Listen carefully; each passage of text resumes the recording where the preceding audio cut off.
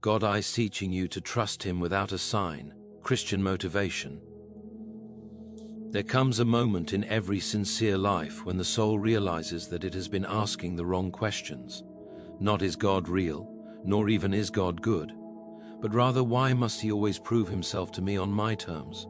For many of us have learned to believe, yet we still bargain. We still ask for evidence tailored to our fears, reassurance shaped like our preferences, and answers that arrive on a schedule we can manage. But faith, in its truest and most demanding form, begins precisely where our appetite for signs ends. It begins where the eyes grow tired of searching the horizon, and the heart is asked to listen instead. God is teaching you to trust Him without a sign, because signs, useful as they may be, can become substitutes for trust rather than servants of it. A sign can comfort, but it can also control. When we rely on signs, we quietly place ourselves in the judge's seat. We decide what would be convincing enough, what would count as divine attention, what would justify obedience. And in doing so, we reduce faith to a transaction. Show me, and then I will follow. Yet God's purpose has never been merely to inform us of His presence, but to transform us by it. There is a subtle difference between believing God exists and trusting Him.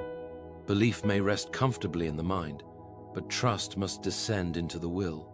Belief nods in agreement, trust steps forward without guarantees. And it is trust that God seeks to cultivate, because trust is the soil in which love grows. A relationship built on constant proof is not love but surveillance. Love requires vulnerability, and vulnerability requires the courage to move forward without knowing everything in advance. Many people imagine that if God truly cared, He would make His will unmistakably clear at every turn. They picture a life marked by flashing arrows, audible instructions, and neatly labeled outcomes. But such a life, though impressive, would leave the soul shallow. For if every step were illuminated before it was taken, the heart would never learn to lean. It would never learn to say, "I do not see, but I will go." And it is precisely that sentence which heaven listens for most closely. God often withholds signs not because He is distant, but because He is near. A teacher does not remain at the chalkboard forever. There comes a time when the lesson must be practiced, not explained again. In the early stages of faith, God may grant many assurances, many small mercies that feel like personal messages written across the sky. But as the soul matures, those visible supports are quietly removed, not as punishment, but as promotion. You are being invited to walk rather than be carried. This is where many grow anxious. They mistake silence for absence, delay for denial, and uncertainty for abandonment. Yet silence is one of God's most demanding languages. It forces us to confront what we truly believe about His character. Do we trust Him only when He speaks in ways we like, or do we trust Him because of who He is, regardless of how quiet the room becomes? Silence strips faith of its decorations and asks whether the foundation is real. To trust without a sign is to accept that God's wisdom exceeds your immediate understanding. It is to believe that He sees not only the road ahead, but the person you are becoming as you walk it. Signs can tell you where to go, but trust shapes how you go there, and God is far more interested in forming your character than in managing your comfort. Comfort may soothe you for a moment, but character will sustain you for a lifetime. Consider how often we demand signs because we are afraid of making a mistake. We want assurance that our step will not lead to pain, loss, or disappointment. Yet pain itself is not evidence of error. Some of the most faithful steps lead directly into difficulty, not because God has failed, but because growth often requires resistance. A muscle grows stronger not by avoiding strain, but by enduring it. In the same way, faith deepens, not by constant reassurance, but by persevering obedience. God is teaching you to trust Him without a sign because He is freeing you from the tyranny of outcomes. When you depend on signs, your peace becomes conditional. You are calm only when events align, hopeful only when circumstances cooperate. But trust detaches your confidence from outcomes and anchors it in God's nature. You learn to say, Even if I do not understand this path, I know the one who walks it with me. This kind of trust does not make life easier in the superficial sense. It does not remove all fear or eliminate all doubt. Rather, it teaches you how to move forward while fear and doubt are still whispering. It teaches you that courage is not the absence of uncertainty, but the decision to act despite it. And this decision, repeated daily, quietly reshapes the soul. There is also a hidden mercy in the absence of signs. It protects you from idolatry. When signs become frequent, we may begin to love the sign more than the giver. We chase experiences, emotional highs, dramatic confirmations, and mistake them for God Himself. But God is not an experience to be consumed. He is a presence to be known. By removing signs, He gently redirects your attention from what He does to who He is. Trusting without a sign also teaches humility. It reminds you that you are not the center of the universe, nor the final interpreter of meaning. It acknowledges that there are reasons beyond your reach, purposes unfolding on a scale you cannot yet see. Humility does not weaken faith, it purifies it. It allows faith to rest, not on the illus, ion of control, but on the reality of grace. You may wonder why God does not simply explain everything. Why not reveal the full plan, the complete timeline, the final outcome? The answer is both simple and unsettling. You would not survive it. Knowledge without maturity overwhelms. Understanding without trust paralyzes.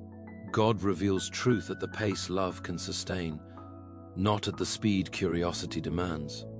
What you call delay may in fact be mercy. In learning to trust without a sign, you are also learning to listen differently.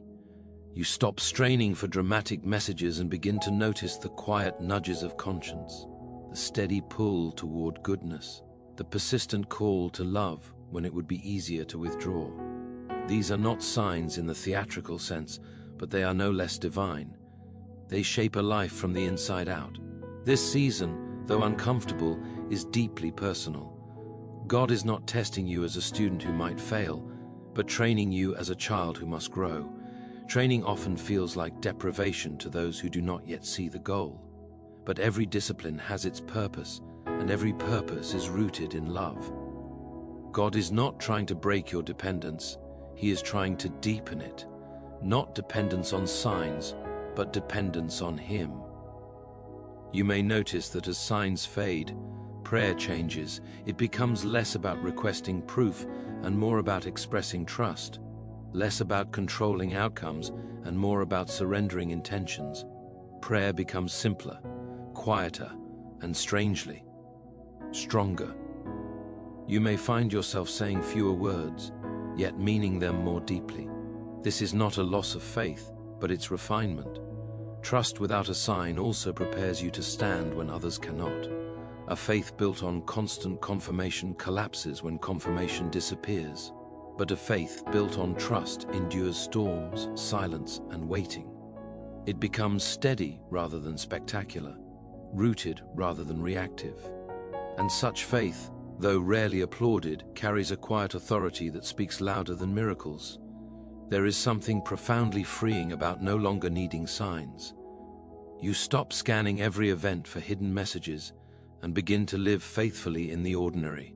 You love, work, forgive, and persevere, not because you have been reassured at every step, but because you have chosen to trust. Life becomes less about decoding God's will and more about embodying it. God is teaching you to trust Him without a sign because He is preparing you for a deeper joy. Joy that does not depend on surprises or sudden breakthroughs, but on the steady awareness of His presence. This joy can coexist with unanswered questions and unresolved tensions. It is not fragile. It does not shatter when expectations are unmet. It endures because it rests on something unchanging. As this lesson unfolds, you may feel exposed. Without signs, you feel as though the safety net has been removed. But what you are discovering is that the net was never the sign. It was God Himself, and He has not moved. You are learning to fall into trust rather than cling to proof.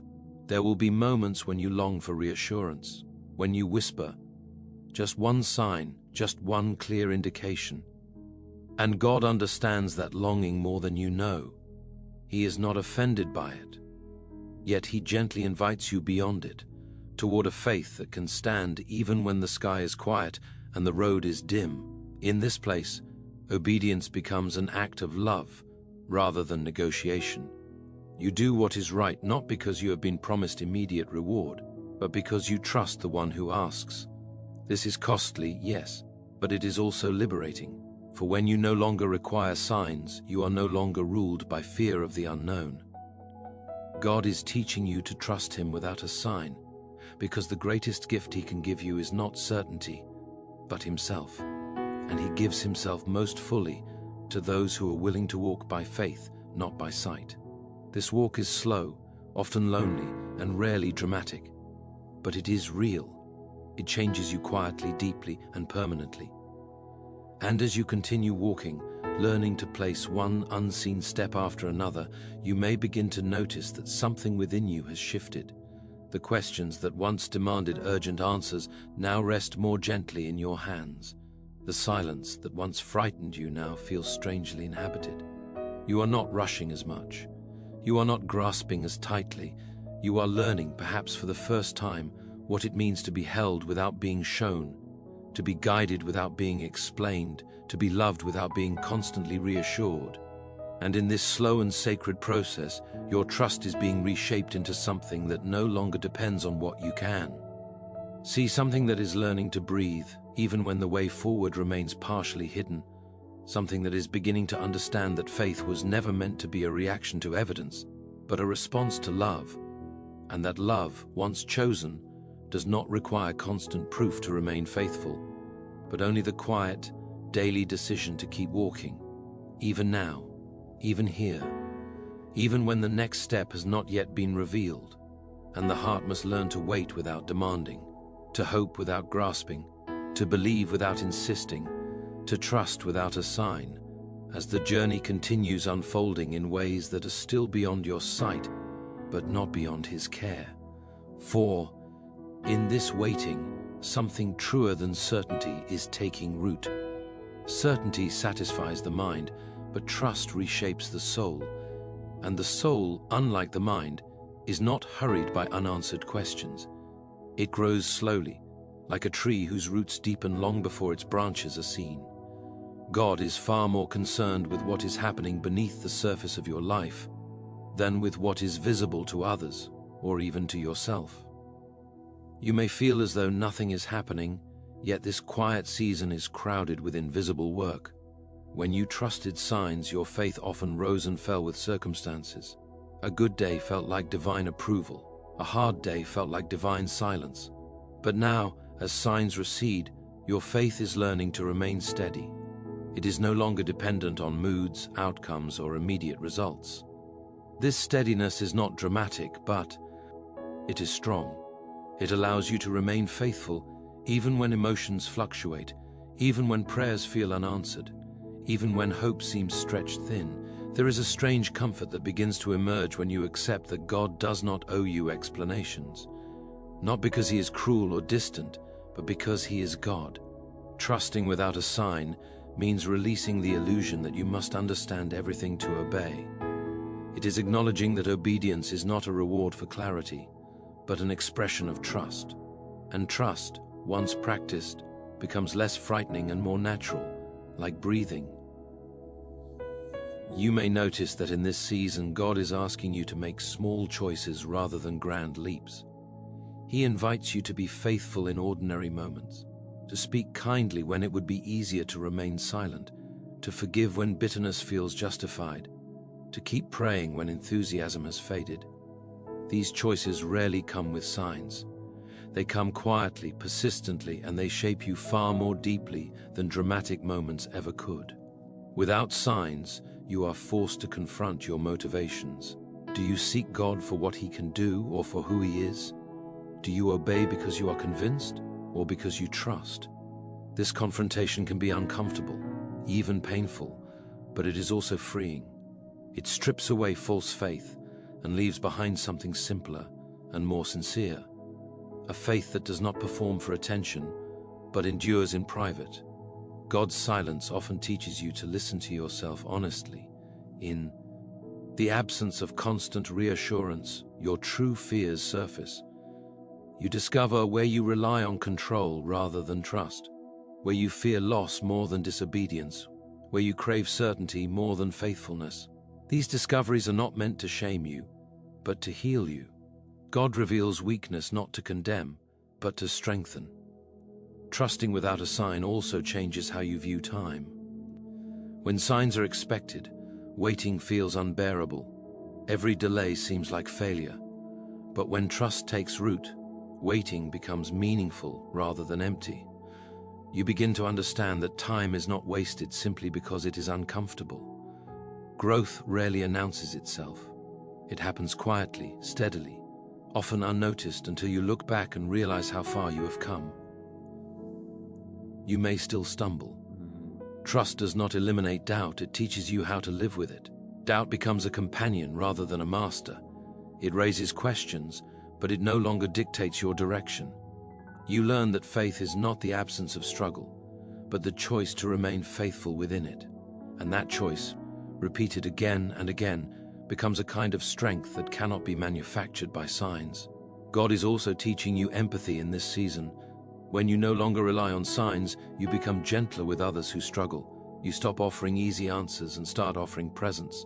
You understand that faith is not always loud or confident, that sometimes it is quiet, trembling, and still sincere. This understanding pens your love, making it more patient and less judgmental. There is a hidden courage in trusting without a sign. It is the courage to act without applause, to believe without validation, to love without guarantees. This courage does not shout, it whispers. It shows up in consistency rather than intensity. It carries you forward when enthusiasm fades and discipline must take its place. And over time, this courage becomes a steady companion.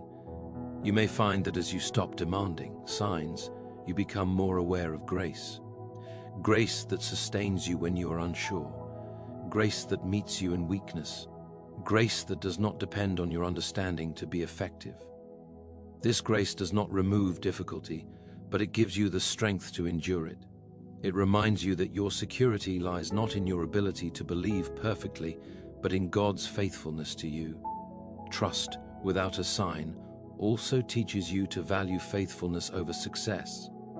Success often depends on outcomes, but faithfulness depends on obedience. You begin to measure your life not by visible achievements, but by quiet integrity. You ask less often, did this work? And more often, was I faithful?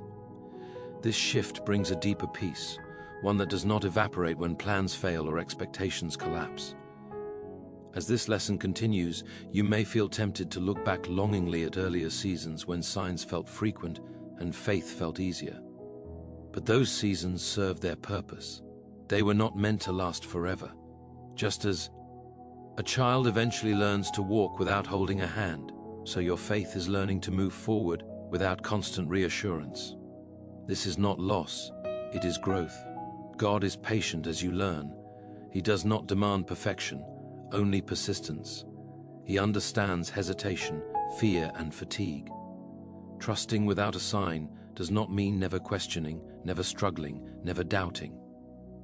It means choosing to remain faithful even when questions remain unanswered. It means continuing to walk even when the road ahead is unclear. There will be moments when you feel alone in this kind of faith. Others may speak confidently of signs and wonders, and you may feel as though your quieter journey is somehow lacking. But depth is rarely noisy. The most enduring faith is often the least visible. It does not announce itself, it sustains itself. And God sees it fully even when others do not. In this season, God may also be teaching you to trust His timing. Signs often create urgency. They demand immediate interpretation and action. Trust, however, teaches patience. It allows you to wait without panic, to move without rushing, to rest without guilt. You learn that God's timing is not slow, but deliberate, not careless, but careful. Trusting without a sign reshapes how you handle disappointment. When expectations are unmet, you are less likely to interpret disappointment as divine failure. You begin to see it as part of a larger story, one you do not yet fully understand. This perspective does not remove pain, but it prevents despair. It allows hope to survive even when plans do not. God is teaching you to trust Him without a sign because He is inviting you into a faith that is resilient, a faith that does not collapse under pressure, a faith that does not require constant confirmation to remain alive. This resilience is built slowly, through ordinary obedience, quiet endurance, and repeated surrender.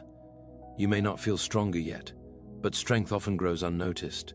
It reveals itself in hindsight. One day you will face a challenge that once would have undone you, and you will realize that you are standing more steadily than before, not because you have more answers, but because you have learned to trust. As signs fade, gratitude often deepens. You stop taking small mercies for granted. You become more attentive to daily grace, the ability to keep going, the presence of peace in small moments, the quiet assurance that you are not alone. These mercies may not feel dramatic, but they are sustaining. Trust without a sign also teaches you freedom. Freedom from needing everything to make sense. Freedom from obsessing over outcomes. Freedom from fear of the unknown. This freedom does not come all at once. It arrives gradually, as trust replaces control, as surrender replaces striving. God is not asking you to close your eyes to reality. He is asking you to open your heart to Him. Trusting without a sign does not mean ignoring wisdom or refusing discernment. It means acknowledging that even with wisdom and discernment, there will still be moments when you must step forward without certainty. And in those moments, trust becomes your guide. You may feel as though your faith is simpler now, less adorned with emotion and excitement. But simplicity is not weakness, it is clarity. A faith stripped of excess becomes focused, grounded, and sincere. It knows what it believes, even when it does not know what will happen next. In this ongoing journey, God is shaping your inner life more than your external circumstances. He is teaching you to be faithful when no one is watching, to trust when no one is applauding, to believe when no sign appears. This inner formation is the true work of faith, and it is work that lasts. And so you continue walking, not because you have seen the destination, but because you trust the one who leads. You continue praying, not because every prayer feels powerful, but because prayer itself keeps you connected. You continue loving, forgiving, and hoping, not because it is easy, but because it is right. As this lesson deepens, you may find that your fear of the unknown slowly loosens its grip. You become less anxious about what lies ahead and more attentive to what is required of you now. Trust narrows your focus to the present step, the present choice, the present act of obedience. God is teaching you to trust Him without a sign, and this teaching is not finished yet. It unfolds over time through repeated experiences of uncertainty met with faithfulness. You are learning that faith is not a single decision, but a daily posture, a posture of openness, humility, and perseverance. And as you move forward in this posture, you may begin to sense that the silence is not empty after all. It is full of presence, full of purpose, full of unseen guidance. The absence of signs does not mean the absence of God. It means He is teaching you to recognize Him in deeper ways, to trust Him more fully, to walk with Him more freely. Even as the road continues, even as the answers remain incomplete, even as the journey stretches onward, inviting you again and again to take the next step, not because you have been shown, but because you have learned, slowly and imperfectly, to trust. And in this trusting, something subtle but profound begins to change in how you see yourself. You stop measuring your worth by how certain you feel, or how clearly you can explain your faith to others. You begin to understand that faith is not a performance to be perfected, but a posture to be maintained. It is not about appearing confident, but about remaining faithful. This realization lifts a quiet burden from your shoulders, the burden of having to appear sure when you are still learning to trust. Without signs, you are no longer distracted by comparison. You stop watching others for evidence that their journey is easier, clearer, or more blessed than yours. You begin to recognize that every soul is taught in a different way, at a different pace, for a different purpose. God does not mass-produce faith. He shapes it personally, patiently, with intimate attention to the individual heart. What feels like deprivation to you may be protection. What feels like delay may be preparation. There is a refining honesty that emerges in this season. You can no longer hide behind excitement or emotional intensity. You face God as you are, not as you wish to appear. Prayer becomes less theatrical and more truthful. You speak plainly. You listen quietly. You remain even when there is nothing impressive to report. And this remaining, this simple staying, is itself an act of faith. Trusting without a sign also teaches you endurance. Endurance is not dramatic. It does not announce itself with triumph or excitement. It is the ability to continue when novelty fades, when motivation wanes, when the path feels repetitive and unrewarded. Endurance is faith stretched over time. It is faith that has learned to survive boredom, fatigue, and disappointment without turning away. You begin to notice that God is less interested in resolving every tension than in teaching you how to live within them. Life rarely offers complete closure. Many questions remain unanswered. Many prayers seem suspended between heaven and earth. Trust does not demand resolution before obedience. It allows you to live well even in the presence of mystery. This kind of trust reshapes your expectations of God. You stop expecting Him to function as a company, instant problem solver, and begin to know Him as a faithful companion. He does not always remove obstacles, but He strengthens you to face them. He does not always clarify the future, but He steadies you in the present. This steadiness becomes a quiet anchor, holding you when circumstances shift. You may notice that your reactions to hardship begin to change. Where you once panicked, you now pause. Where you once demanded answers, you now seek wisdom. This does not mean you feel less pain, but that pain no longer has the final word. Trust gives you space to suffer without surrendering hope, to grieve without abandoning faith. God is also teaching you restraint. Without signs pushing you forward, you learn to wait before acting, to listen before speaking, to discern rather than rush. This restraint guards you from impulsive decisions born of fear or impatience. It teaches you that not every open door is meant to be entered immediately, and not every closed door is a rejection. Trust without a sign also deepens your sense of responsibility. When you cannot attribute every decision to a clear sign, you must own your choices. You learn to seek wisdom, counsel, and integrity rather than relying solely on external confirmation. This responsibility matures you. It treats you not as a passive observer, but as an active participant in your own spiritual formation. There is a quiet dignity in this kind of faith. It does not seek attention. It does not demand recognition. It's simply company. Continues. This dignity is often overlooked, yet it carries a weight that flashy faith cannot sustain. It is the dignity of one who knows why they walk, even when the destination remains unseen. As trust deepens, fear loses some of its power. Fear thrives on uncertainty, but trust learns to coexist with it. You stop trying to eliminate fear and start learning how to move forward alongside it. Fear becomes a signal, not a command. It alerts you, but it no longer controls you.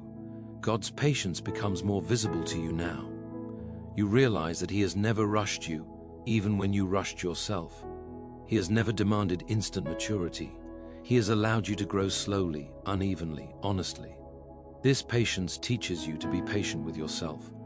You stop condemning your slowness and begin to respect the process.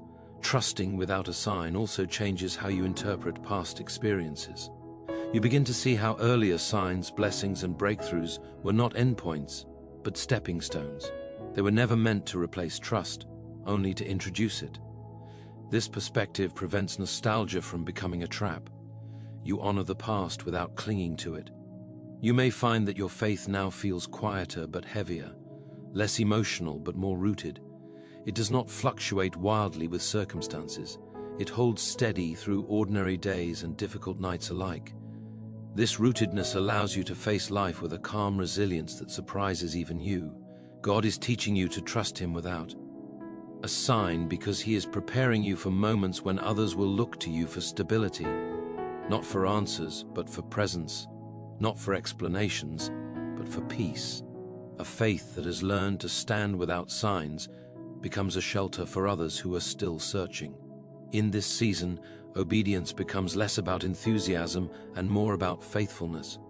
You do not always feel eager, but you remain willing. You do not always feel inspired, but you remain committed. This willingness is precious. It reveals a love that is not dependent on mood or reward. You also begin to see how deeply trust affects your inner life. Anxiety softens, restlessness eases. You are no longer constantly scanning for confirmation that you are on the right path. You learn to trust that God is able to redirect you if necessary, that your mistakes are not fatal to His purposes. Trust without a sign teaches you to value presence over progress. You become less obsessed with how far you have come or how far you have to go. You learn to inhabit the present moment more fully. This presence brings a quiet joy, one that does not depend on achievement. God is not withdrawing from you in this season. He is drawing you closer in a different way. He is inviting you to know Him not only as the God who acts, but as the God who remains. Not only as the God who speaks, but as the God who listens. Not only as the God who shows, but as the God who holds. As you continue, you may realize that trust has begun to change your desires. You want fewer guarantees and more depth. You crave less certainty and more truth. You are less interested in being impressed and more interested in being transformed. This shift is subtle, but it is significant. You are learning that faith is not sustained by constant stimulation, but by quiet commitment. It is not maintained by excitement, but by devotion. This devotion does not demand attention. It simply persists. And so the journey continues, unmarked by signs yet rich with meaning, unfolding not in sudden revelations, but in steady formation, teaching you day by day how to walk without seeing everything, how to believe without insisting, how to trust without proof, how to remain faithful in the silence, how to keep going when the road feels long and the answers feel distant, how to live not by what is revealed all at once, but by what is entrusted moment by moment. As your faith continues to deepen, stretch, and grow, still unfinished, still unfolding, still learning to trust. And so, in the end, trust becomes the quiet yes you offer God. When explanations fall short and signs do not appear, the steady surrender that chooses faithfulness over certainty and love over proof. You discover that what once felt like loss was actually invitation, that the silence was not empty but alive with purpose, shaping you into someone who can walk without leaning on evidence and believe without being carried. Why reassurance?